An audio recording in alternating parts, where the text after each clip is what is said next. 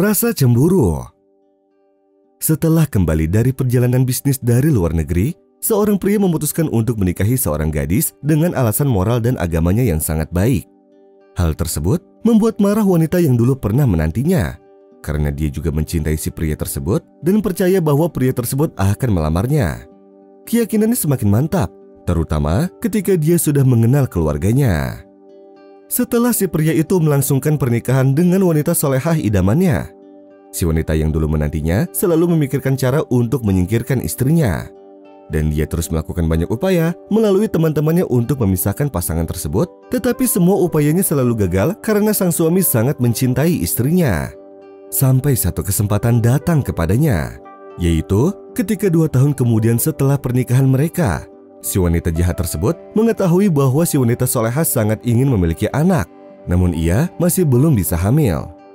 Sehingga wanita jahat tersebut pergi mengunjungi si wanita solehah dengan wajah tersenyum, dan ia berkata kepadanya bahwa ada seorang syekh yang baik hati dan berbudi luhur, yang mana ia dapat mengatasi masalah tersebut. Sehingga si wanita jahat tersebut membujuk agar ia mengunjunginya, tetapi si wanita solehah tersebut masih ragu-ragu pada awalnya. Namun karena tekanan terus datang akibat dirinya tak kunjung memiliki anak, sehingga keesokan harinya dia meminta izin dari sang suami dan pergi ke tempat dukun tersebut. Lalu di sana dia diberikan saran dan dikatakan kepadanya bahwa dia harus terus berendam di dalam kamar mandi, karena kalau dia tidak berendam, maka ia tidak akan pernah mempunyai anak seumur hidupnya. Wanita solehah tersebut pun kembali ke rumahnya dan mulai menerapkan cara ini tanpa memberitahu suaminya. Dan setelah beberapa minggu, dia merasakan perubahan aneh dalam kepribadiannya. Dadanya merasa sesak, ketegangan saraf dan munculnya kemarahan tanpa alasan, serta selalu merasa kebingungan ketika mendengar suara azan atau Al-Quran. Sehingga dia tidak bisa lagi membaca apapun dari ayat Al-Quran, dan kemudian ia selalu bertengkar terus-menerus dengan suaminya karena alasan yang tidak penting. Sehingga karena perilaku tersebut, suaminya mengirimnya ke rumah keluarganya sampai dia merasa tenang. Sang istri pun pulang ke rumah keluarganya dalam kesedihan dan depresi. Kemudian dia memberitahu saudara laki-lakinya atas apa yang terjadi dengannya.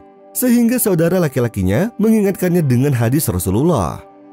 Janganlah kalian jadikan rumah kalian sebagai kuburan. Sesungguhnya setan lari dari rumah yang dibacakan di dalamnya surah Al-Baqarah. Lalu saudara laki-lakinya mulai membacakan surah dan diusapkan di atas kepalanya.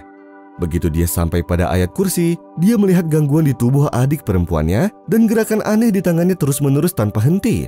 Bahkan perubahan juga terjadi pada suaranya. Wanita itu terus menggeram dengan suara aneh yang tidak dia ketahui. Dan di sini, saudara laki-lakinya itu berhenti membacakan ayat Al-Quran sebab ia sangat panik karena tingkah laku yang aneh dari adiknya tersebut. Lalu ia pergi mengajak adiknya tersebut ke seorang syekh yang bisa meruqyah dengan ayat-ayat Al-Quran.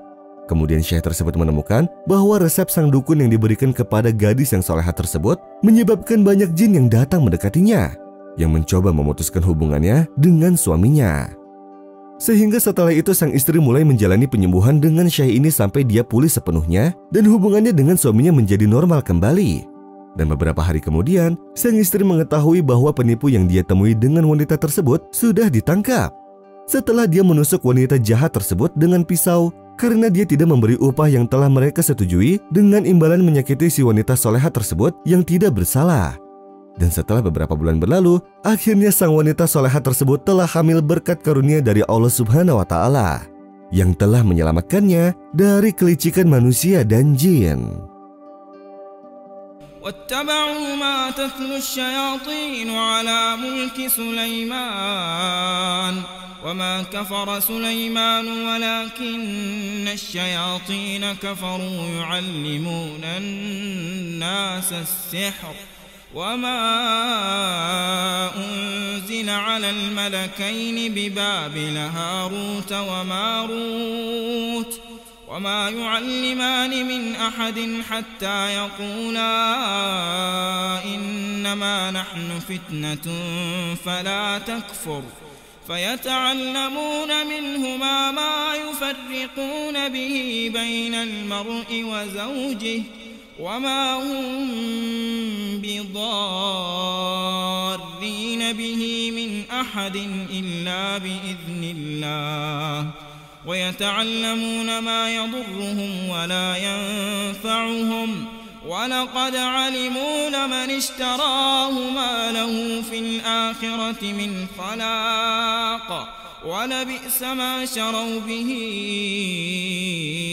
أنفسهم لو كانوا يعلمون ولو أنهم آمنوا واتقوا لمثوبة من عند الله خير لو كانوا يعلمون